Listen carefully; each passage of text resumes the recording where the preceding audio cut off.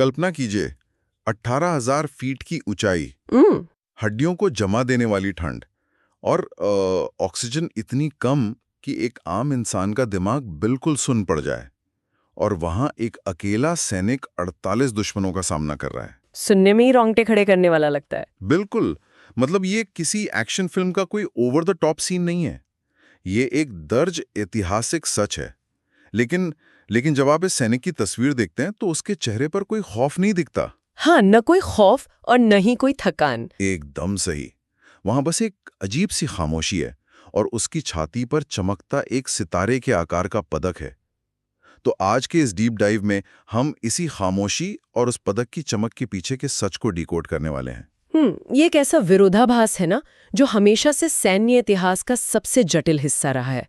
मेरा मतलब है, युद्ध की क्रूर अराजक वास्तविकता और एक सैनिक की तस्वीर में दिखने वाला वो अकल्पनीय ठहराव। हाँ, और इस विरोधाभास को समझने के लिए आज हमारे पास दस्तावेजों का कोई बहुत बड़ा पहाड़ नहीं है, कोई लंबी चौड़ी सरकारी रिपोर्ट्स नहीं है, जो कि इस चर्चा को और भी दिलचस्प बनाता है ना?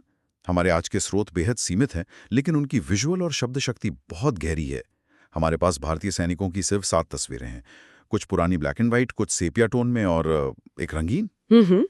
इसके साथ ही 1999 के कारगिल युद्ध से जुड़ा वो चौंकाने वाला तथ्य जिसका मैंने अभी जिक्र किया। और सबसे आखिर में हमारे पास एक अकेली बेहद मार्मिक हिंदी की पंक्ति है, थी खून से लथपथ काया। बहुत ही शक्तिशाली शब्द हैं ये। बिल्कुल। तो हमारा आज का मिशन इन शांत तस्वीरों और इस एक पंक्ति के बीच के उस भयानक फासले को समझना है, जिसे अक्सर पदकों और गर्व की कहानियों के पीछे छिपा दिया जाता है। और अक्सर सबसे शक्तिशाली ऐतिहासिक गवाहियां वो नहीं होती जो बहुत शोर मचाती हैं, बल्कि वो होती हैं जो सतह पर एकदम शांत दिखती हैं और आपको उनके भीतर झांकने के लिए मजबूर करती हैं। तो चलिए इसे थोड़ा विस्तार से समझते हैं। मैं इन पोर्ट्रेट तस्वीरों से शुरुआत करना चाहता हूं। छवि 1, 2, 3, 4, 6 और 7। इन छहों को देखते ही एक पैटर्न उभर कर सामने आता है। हाँ, एक बहुत ही स्पष्ट समानता है इन सब में, है ना? सभी एकदम सीधे खड़े हैं, सिर पर बेरेट यानी वो सैनी टोपी एक बहुत ही सटीक कोण पर झुकी हुई है, चेहरों पर रौबदार मूंछें हैं और सीने पर पदक सजे हैं। बिल्कुल एक आदर्श सैनिक की छवि। लेकिन जो चीज मुझे सच में अटका रही है वो है इनकी आंखों की शून्यता। मतलब ये तस्वीरें मुझे किसी शांत झील की तरह नहीं लगती जो बाहर से एकदम स्थिर हैं। तो फिर ये आपको कैसी लगती हैं? मुझे लगता है कि ये किसी लोहे की तिजोरी की तरह हैं, जिसे बाहर से बहुत मजबूती से बंद कर दिया गया है ताकि अंदर का शोर बाहर ना आ सके। ये बहुत ही सटीक तुलना है, लोहे की तिजोरी। लेकिन एक सवाल उठता है, क्या ये सिर्फ सेना की एक पीआर रणनीति नहीं है? मेरा मतलब है, सेना कभी नहीं चाहेगी कि उनके सैनिक कमजोर, डरे हुए या मानसिक रूप से टूटे हुए दिखें। क्या ये खामोशी सिर्फ कैमरे के लिए पहना गया एक मुखौटा नहीं है? ये सवाल बहुत स्वाभाविक है, लेकिन इसे सिर्फ एक पीआर रणनीति मान लेना इसकी गहराई को कम आंकना होगा। अच्छा, तो इसके पीछे और क्या है? अगर हम इसे मनोवैज्ञानिक नजरिए से देखें तो ये खामोशी एक मुखौटा नहीं है, बल्कि ये एक सर्वाइवल मैकेनिज्म है। मतलब जीवित रहने और काम करने का एक तरीका। इसे हम संस्थागत अनुशासन या इंस्टीट्यूशनल डिसिप्लिन कहते हैं। संस्थागत अनुशासन। क्या ये इंसान की अपनी व्यक्तिगत पहचान को पूरी तरह से मिटा देता है? काफी हद तक हाँ। देखो, जब एक सैनिक युद्ध के मैदान में होता है तो वो ऐसे दृश्य देखता है जिन्हें एक आम इंसान का दिमाग प्रोसेस ही नहीं कर सकता। हाँ, वो तो है। अगर वो अपने व्यक्तिगत डाल या सदमे को हर समय महसूस करने लगे तो वो कोलैप्स हो जाएगा, वो टूट जाएगा। इसलिए मिलिट्री ट्रेनिंग में जानबूझकर इस लोहे की तिजोरी को बनाना सिखाया जाता है। बाप रे, मतलब वो अपनी भावनाओं को सच में बंद कर देते हैं? बिल्कुल, वे अपनी भावनाओं, अपने ट्रॉमा को उस तिजोरी में बंद कर देते हैं और उस पर कर्तव्य या ड्यूटी का ताला लगा देते हैं। तस्वीर खिंचवाते समय वो वर्दी और वे पदक उसी ड्यूटी का प्रतिनिधित्व करते हैं। यानी वो सिर्फ एक इंसान नहीं रह जाते उस वक्त। सही कहा। वे एक व्यक्ति के रूप में नहीं, बल्कि एक पूरी संस्था के प्रतीक के रूप में कैमरे के सामने होते हैं। ये बात मुझे इन ब्लैक एंड व्हाइट और सेपिया टोन वाली तस्वीरों को एक नए नजरिए से देखने पर मजबूर कर रही है। मतलब जब हम इन पुरानी तस्वीरों को देखते हैं जिनमें रंग नहीं है, तो क्या ये रंगहीनता भी उस तिजोरी को और मजबूत बनाती है? वो कैसे, थोड़ा समझाइए। जैसे वो कोई ऐतिहासिक स्मारक हो। ये एक बहुत ही बेहतरीन अवलोकन है। रंग तात्कालिकता या इमीडिएसी लाते हैं। जब आप किसी को रंगीन तस्वीर में देखते हैं तो आप उसके पसीने, उसकी त्वचा के लालपन, उसके ताज़ा घावों को महसूस कर सकते हैं। हाँ, रंगीन चीजें ज्यादा असली लगती हैं। बिल्कुल। और ब्लैक एंड व्हाइट टोन उस मानवीय इमीडिएसी को छीन लेता है। वो उस व्यक्ति को इतिहास के एक पन्ने में तब्दील कर देता है। मतलब हमारे लिए भी एक दूरी बन जाती है। हाँ, ये देखने वाले के लिए भी एक तरह का फिल्टर है। हम उस सैनिक को एक हार्ड मास के इंसान की तरह नहीं, बल्कि एक आइकन या प्रतीक की तरह देखने लगते हैं। तो उस तिजोरी को बंद रखने के लिए जिस मानसिक ऊर्जा की जरूरत होती होगी, वो शायद युद्ध के मैदान की शारीरिक थकान से भी कहीं बड़ी होती होगी। इसमें कोई शक नहीं है। और जब शारीरिक सीमाओं की बात आती है तो यहाँ बात सच में बहुत दिलचस्प हो जाती है।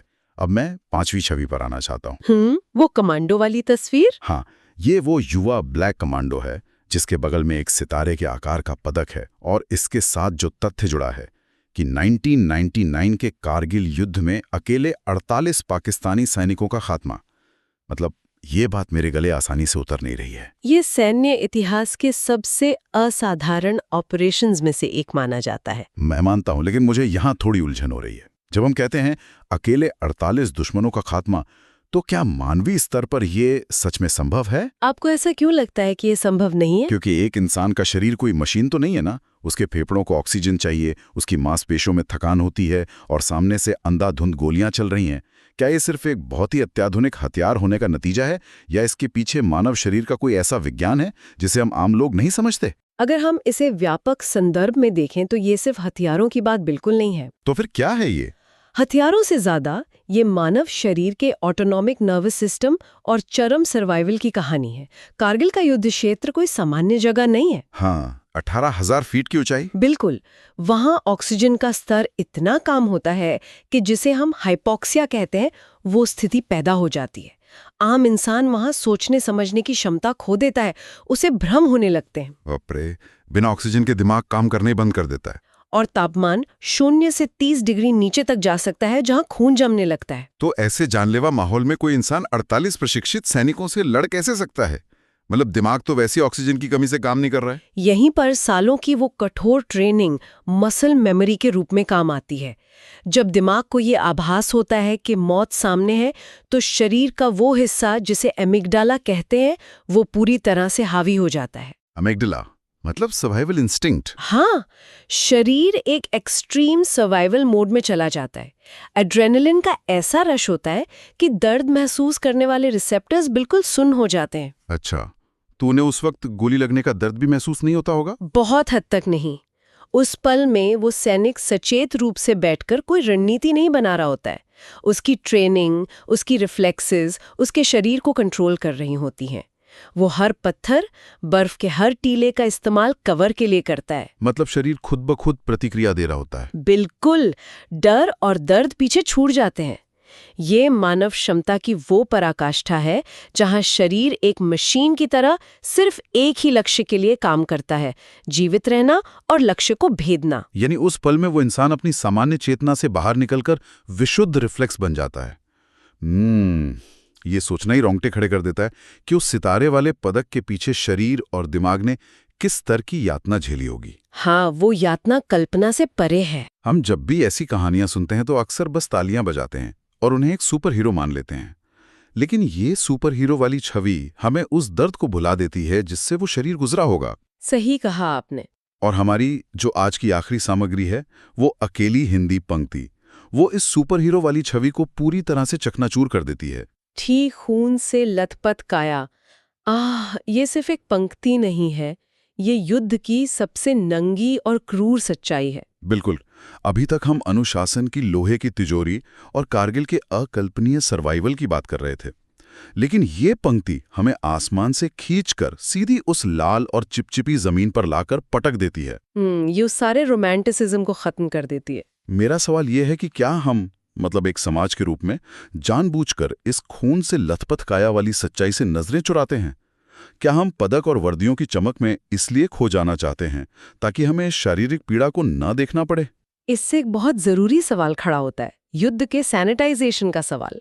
सैनिटाइजेशन मतलब युद्ध को साफ सुथरा दिखाना। हाँ, देखो, समाज और सेना के बीच एक बहुत ही अनकहा और जटिल मनोवैज्ञानिक समझौता होता है। कैसा समझौता? अगर समाज युद्ध की असली विभीषिका को हर रोज अपने सामने देखे, जैसे फटे हुए शरीर, टूटी हुई हड्डियां और वो खून से लथपथ काया, तो कोई भी नागरिक युद्ध का समर्थन नहीं करेगा। हाँ, वो दृश्य इतने डरावने होते हैं कि आम इंसान उसे बर्दाश्त नहीं कर सकता। बिल्कुल, आम जनमानस उस ट्रॉमा को हैंडल नहीं कर सकता। तो क्या आप ये कह रही हैं कि ये पदक और ये साफ सुथरी वर्दियां केवल सैनिकों के सम्मान के लिए नहीं है, बल्कि ये हमारे लिए यानी समाज के लिए एक तरह का फिल्टर है? बहुत हद तक, हाँ। पदक और साफ वर्दियां उस भयानक हिंसा और पीड़ा को एक ऐसे प्रतीक में बदल देते हैं जिसे समाज आसानी से पचा सके और जिस पर गर्व महसूस कर सके। ये तो बहुत ही गहरा विचार है। मतलब हम असलियत को एक फिल्टर के पीछे छुपा देते हैं। यही युद्ध को सैनिटाइज करना है। जब हम किसी सैनिक को पदक के साथ देखते हैं तो हम उसकी बहादुरी का जश्न मनाते हैं, लेकिन हम उस मांस के फटने और उस असहनीय दर्द के बारे में सोचने से बच जाते हैं। और ये जो पंक्ति है, थी खून से लथपथ आया, ये उस फिल्टर को एक झटके में हटा देती है। बिल्कुल। और काया शब्द का इस्तेमाल यहाँ बहुत महत्वपूर्ण है। काया का मतलब शरीर है ना? हाँ, काया का मतलब है हमारी नश्वरता, हमारा हाड़ मांस का होना। ये याद दिलाता है कि वर्दी के नीचे कोई लोहे की मशीन नहीं है, बल्कि एक ऐसा शरीर है जिसे दर्द होता है, जिससे खून बहता है और जो मर सकता है। सच में ये एक बहुत ही अलग नजरिया है सोचने का।